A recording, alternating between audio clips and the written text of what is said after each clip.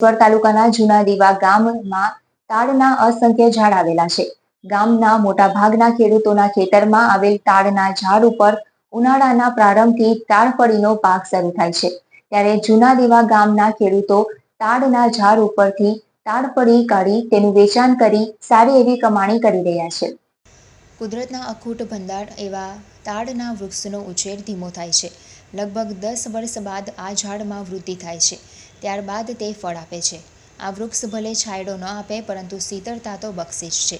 ઉનાળો મધ્યાહને પહોંચ્યો છે અને ગરમીનો પારો 40 ડિગ્રીને વટાવી ચૂક્યો છે. ત્યારે અસહ્ય ગરમીથી બચવા માટે લોકો અવનવા નુસ્ખા અપનાવી રહ્યા છે. ઉનાળાનું અમૃત ફળ ગણાતી અને ગરમીમાં ઠંડક આપતી ગુણકારી તાડફળીનું લોકો મોટા પ્રમાણમાં ખરીદી કરી રહ્યા છે અને ગરમીમાં ઠંડક મેળવવાનો બહુધા પ્રયાસ કરી રહ્યા છે. અંકલેશ્વર તાલુકામાં એકમાત્ર જૂના દીવા ગામની સીમમાં વિપુલ પ્રમાણમાં ખેડૂતોના ખેતરમાં તાડના ઝાડ આવેલા છે. ઉનાળાની સિઝનમાં માર્ચના અંતમાં તાડફળીની શરૂઆત થાય છે અને જૂન મહિનાની શરૂઆત સુધી તાડફળી ઉતારવામાં આવે છે. ત્યારે હાલમાં જૂના દીવા ગામના ખેડૂતો તાડના ઝાડ ઉપર ચડતા અનુભવી કારીગરોને રોકી તેની પાસેથી તાડના ઝાડ ઉપરથી તાડફળી ઉતારી રહ્યા છે અને તેમાંથી કાળજીપૂર્વક તાડફળી કાઢી રહ્યા છે.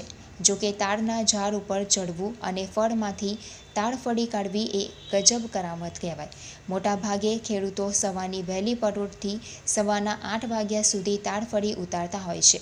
અંકલેશ્વર તાલુકામાં તાડફળીનું હબ ગણાતા જૂના દીવા ગામમાં સવારના અરસામાં સુરત જિલ્લાના તેમજ ભરૂચ અને અંકલેશ્વરના વેપારીઓ હોલસેલ ભાવે તાડફળી ખરીદવા માટે આવે છે.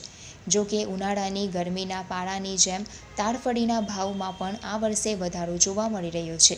હાલમાં ખેડૂતો 100 નંગ તાડફળી 400 રૂપિયાના ભાવે વેચાણ કરી સારી એવી કમાણી કરી રહ્યા છે.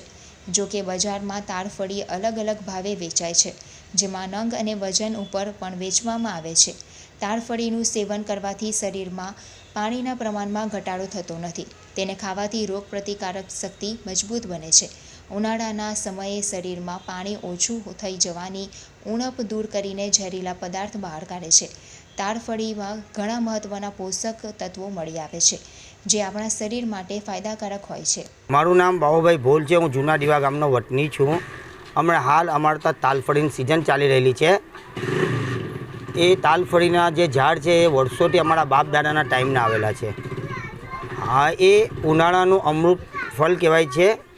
એ ઉનાળામાં જ આવે છે અને એને અમે લોકો એ ઝાડ પરથી કારીગર લોકો ઉતારે છે અને એને કારીગરીથી કાપીને એને લાવે છે અને અહીંયા એકત્ર કરીને જે બધા બહારથી સુરત, નવસારી, કોસંબા, ભરૂચ, અંકલેશ્વરથી બધા વેપારીઓ આવે છે. એ વેપારીઓ અહીંયાથી લઈ જઈને એ લોકો વેપાર કરે છે.